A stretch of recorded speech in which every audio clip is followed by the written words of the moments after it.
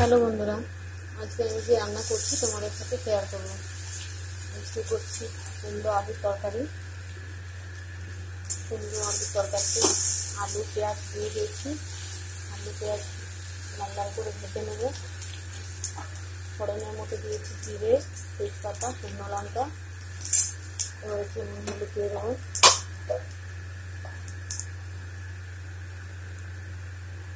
একটু হলুদ দিলাম, দেওয়ার পরে একটু নেড়ে চেড়ে নেবো। মশলা আগে থেকে করে রেখেছি, মশলাটা দিয়ে দেবো। আদা, রসুন, ধনে, জিরে মিক্সিতে আমি করে রেখেছি।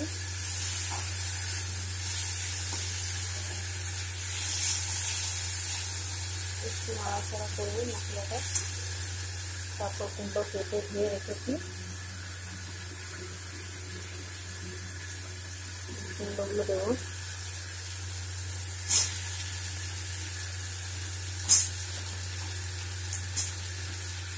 কুমড়োগুলো দিয়ে দিলাম।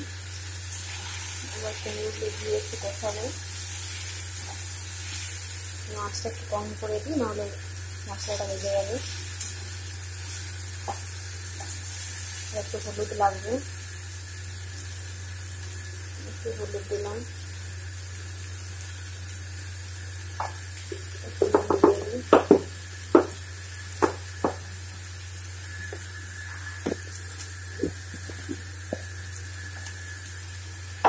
নুন দিয়ে দিলাম, আর একটু লাগবে।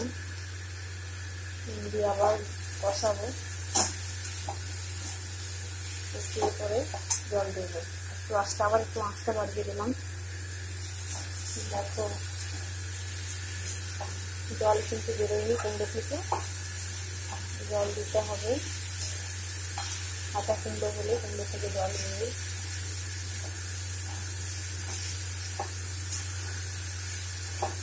আবার একটু আঁচটা কমিয়ে আবার একটুখানি করতে যদি ভাত উঠতে দিয়েছি। তারপরে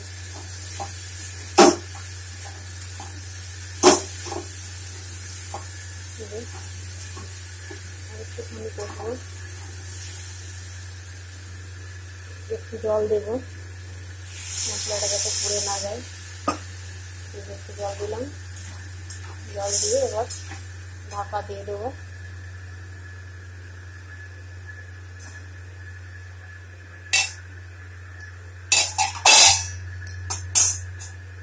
ঢাকা দিয়ে দিলাম।